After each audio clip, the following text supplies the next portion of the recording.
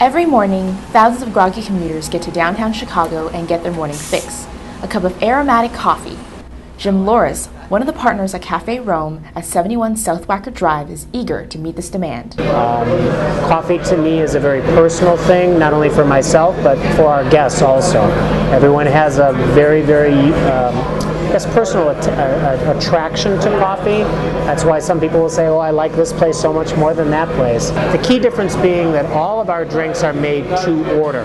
This includes 5 different roasts that create cappuccinos, espressos, lattes, and iced coffee. Single origin is described in many places as a violin, whereas blended coffees are similar to a full orchestra, one-dimensional versus multi-layered and rich.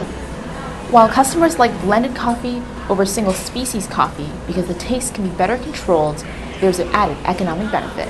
If you put a big investment in that single origin, as well as the preparation and service of single origin through those items that I've mentioned, and there is an interruption to that crop flow, your business model could be severely affected by that.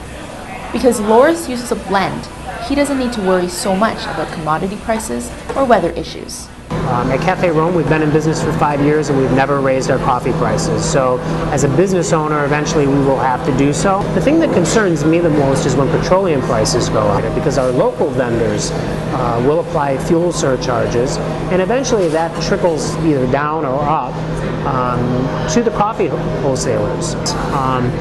As a cafe operator, we don't see the fluctuations quite as often as you might think. Like most professionals, Ed Merritt drinks coffee on a regular basis. Although he thinks that prices have been steady on a consumer level, he calls coffee a luxury. It's an indulgence, especially in these times, challenging times.